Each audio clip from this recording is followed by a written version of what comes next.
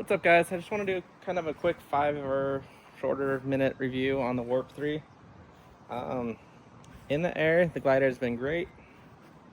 It's a great flying glider, super efficient, super snappy. It banks good, it rolls good. Has great flare authority on landing. Yeah, I mean, it does everything it says it does. I'd venture to say it handles better than the Viper XC that I flew. But the one weird thing is, as Dudek, I mean, it's great for them to send them out, but this glider only has like 20 hours on it. I'll throw up a picture here of how much the line's stretched in like 20 to 30 hours. It's kind of crazy. They sent out new A lines and new C lines. I just put them on. That's why I have the glider laid out here. But yeah, I mean, the glider does everything it says it does. It's a great flying glider. It can take off very short if you get hard into the brakes. That's what I'm struggling with on my takeoffs. I don't have like the muscle memory to come down hard on the brakes on takeoff. I learned to fly on a Mac Paracharger. I moved to a BGD Luna 2. After that, I had a Speedster 3. All three of those gliders required minimal brake input and checking the wing on takeoff. I would almost venture to say the Ozone Speedster 3, I could take off without touching any lines. I wouldn't have to touch the brakes, wouldn't have to touch the A's. That glider just loved to fly, loved to take off, and I think that actually messed with my my skill set a little bit, kind of like reverted me back to no training. So with the Warp 3, I'm going back to basics and having to like relearn to check the glider real hard, and it kind of likes the brakes like flat with the swing arm. So like, I don't know if you do like the 1, 2, like a 3, level 3 pull on the brakes for a short takeoff, and checking the wing well.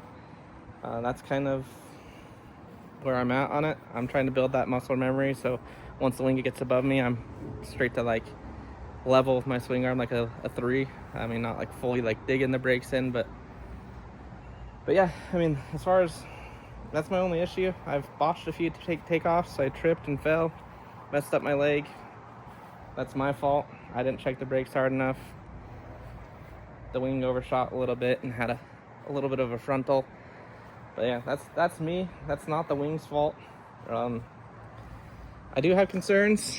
I think Dudek missed the boat on one thing, is you shouldn't have to maintain a glider every, like, let's say 30 to 50 hours. They're saying that the line set needs to be checked or replaced around 50 hours from what I could see. And I understand it's a high performance glider. Don't get me wrong. But the comparable glider to this is the Viper XC. And I know people who have like 200 hours, 300 hours on their Viper XC. They still pass inspection and they have not replaced a single line. Some people are now just replacing the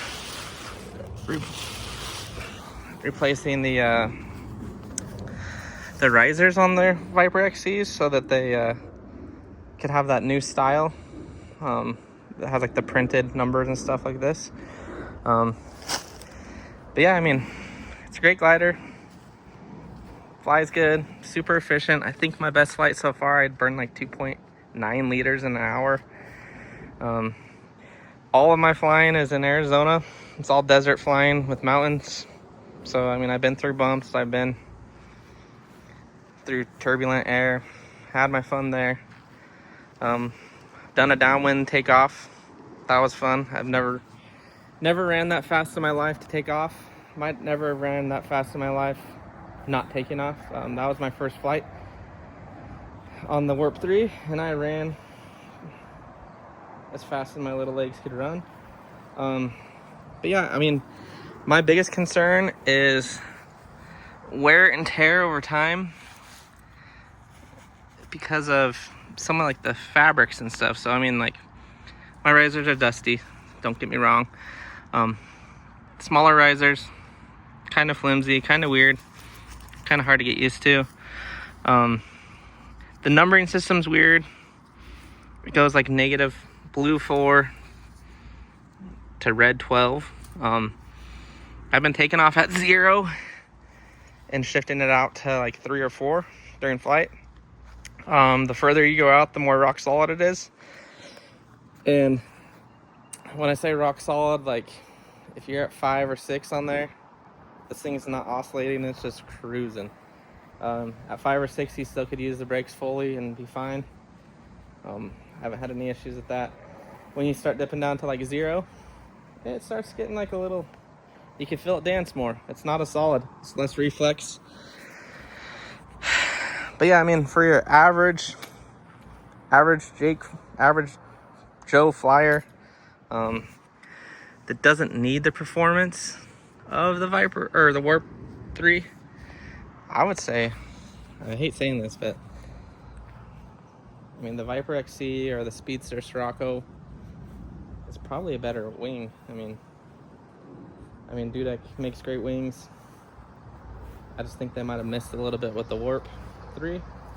I mean, it is a great wing, don't get me wrong, but how many people do you know that want to change a line set every 30 hours or so, once a year, spend a few $100s just on lines because it's the only glider on the market that they stretch out and need to be adjusted on?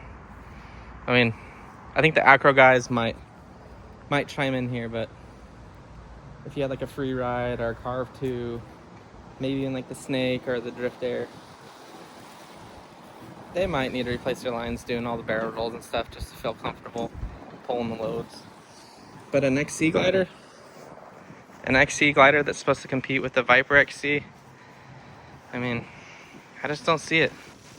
So yeah, I mean, I hate to say this, if someone had a Viper XC 22 that they want to trade for a Warp 3 20 meter, I mean, if your goals are this high performance, reach out to me.